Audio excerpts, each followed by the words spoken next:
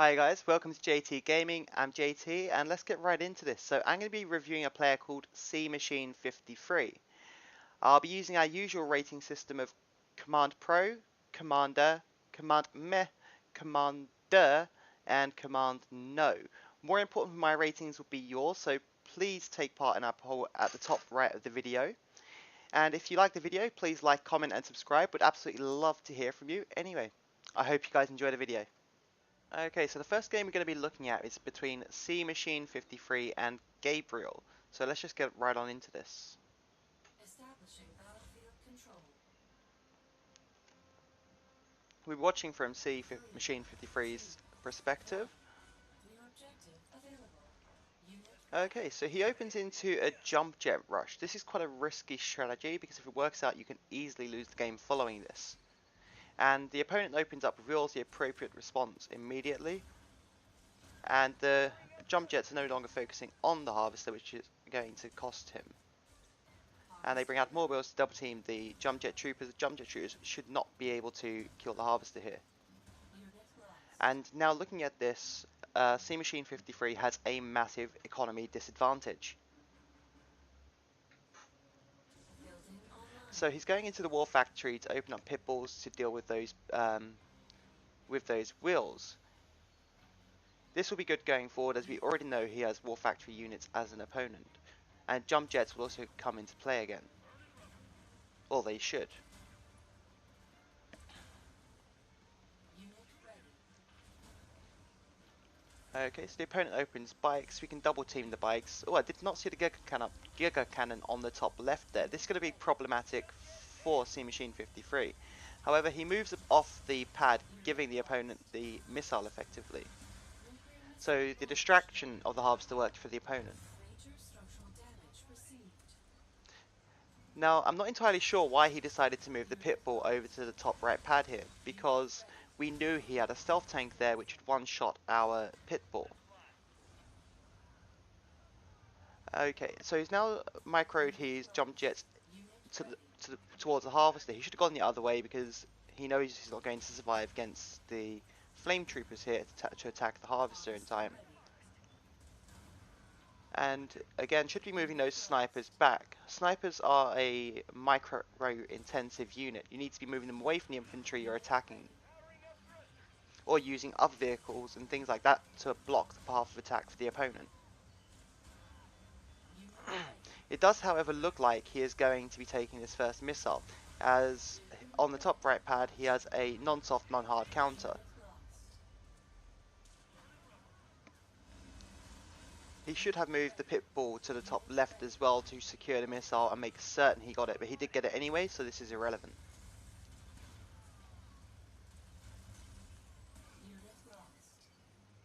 The opponent here is making quite a few mistakes himself by not microing away his unit on the bottom pad. And just leaving the flame troopers standing around doing nothing. And again, also not attacking the pit bull. This is a game that the opponent should be winning fairly easily because of the economy disadvantage that Cmachine had at the beginning. However, because of his own poor mistakes here, he's giving Cmachine a chance to catch up.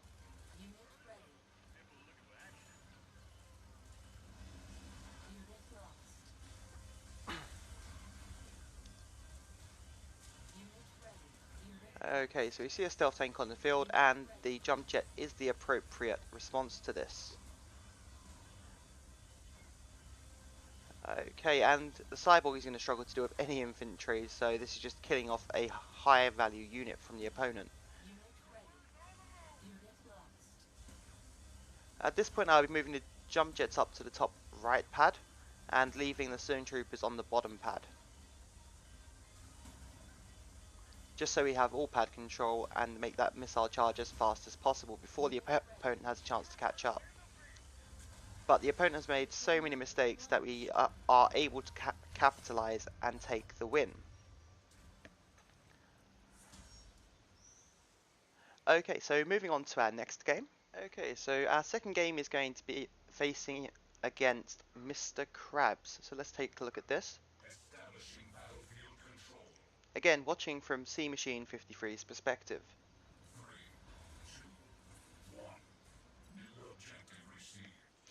Okay, so he goes for the jump jet rush again, which, as mentioned in the last game, is a risky strategy. And he shouldn't have stopped here to attack the scarabs. I'm glad he micros away, this was good.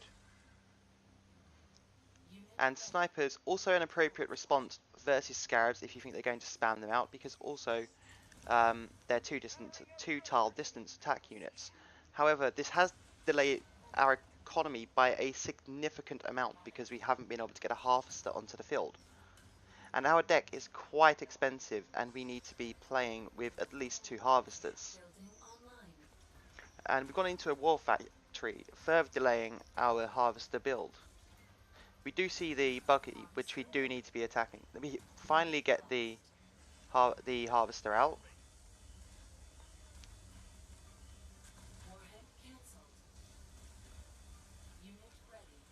And yes, pit bulls are obviously the appropriate response to this unit. And now it feels like we've just given up this missile by microing away the pit bull. We should have kept it there just to attack the unit, so we had a chance of getting onto the pad.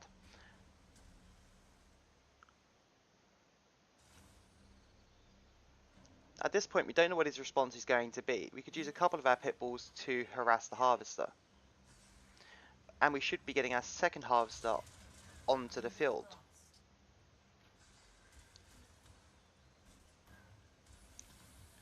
And for some reason, I don't know why we decided to sacrifice one of our pit bulls into the scarabs. Most of the mistakes I'm seeing so far are to do with micro. This is what I'd work on the most right now. Again, we're sacrificing another pit bull into a stealth tank for no particular reason.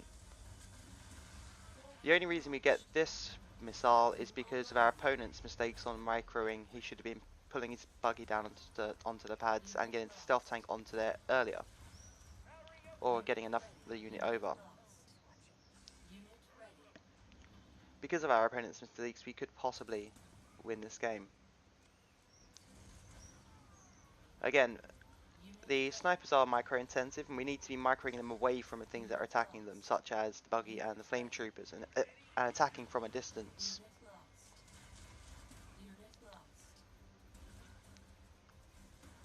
Although jump jets will take out a buggy, it's not the most effective response, because they will eventually die to the buggies.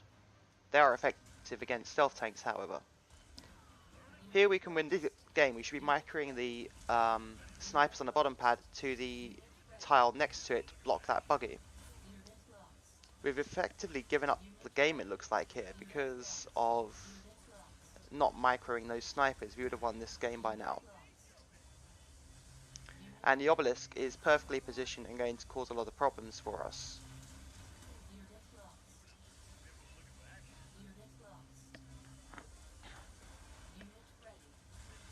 Yeah, there's no coming back, obviously. Okay, so we're going to go on to our third and final game. Okay, so the final game we're going to watch is versus El Chingon. So let's take a look at this. Again, we will be watching from Cmachine53's perspective. 3, 2, 1. New objective available. So staying true to the theme that we've had in the previous games, opening with a jump jet rush.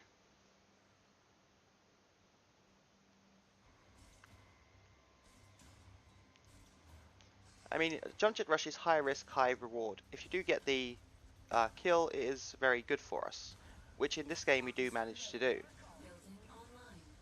Mainly due to the fact that the opponent has no low cost units to counter our jump jet at the time. And now we've got the pit bulls out knowing he has the buggy, again an appropriate counter.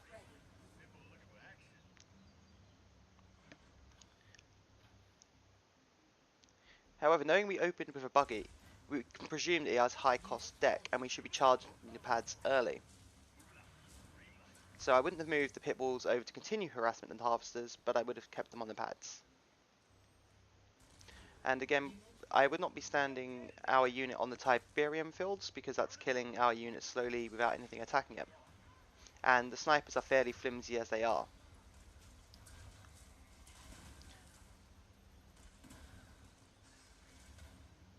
Okay, so units are blocking the harvester from getting to a Tiberium field, delaying his economy, which is bad for him because he has an expensive deck, which is good for us. Unit ready. Unit ready. And it looks like we'll get another harvester kill, and we have a massive economy advantage right now. Unit lost. Unit ready. Unit lost. I mean, when you have an economy advantage like this, there really should be no coming back for the opponent.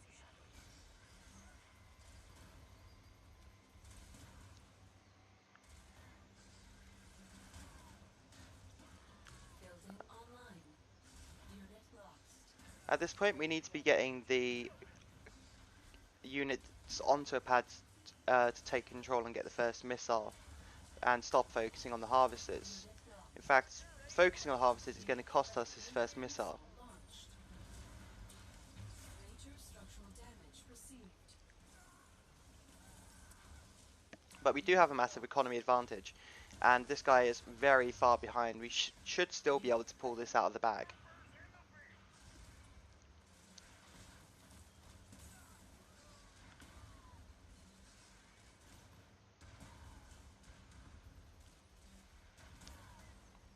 Unit lost. Wow. I mean, just look at the economy advantage we have right now. Our units are absolutely destroying the opponent. We should be rushing the base of our Kodiaks at the moment. And it looks like he's going to start doing this, which is good, because they'll take care of the base very quickly. Unit enhanced.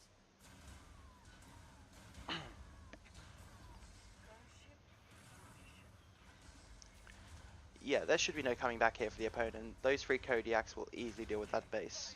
Unit I mean, those Kodiaks are doing it in quite spectacular fashion.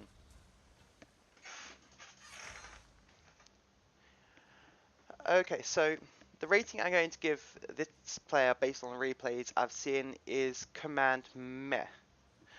The deck that you're using, it can be a winning deck, but you need to be playing playing it with double harvester. Or I would at least suggest switching out the jump jet troopers with rocket soldier. So at the beginning you can start attacking the harvester with a rocket soldier, whilst also building a harvester and building your economy in case everything goes tits up, which it often will. And past that, I would continue to work on your microing skills and paying attention to body blocking in particular. There were several occasions where you would have won the game earlier and salvaged games that you've lost by body blocking. Anyway, I hope this was helpful for you, and I will see you around.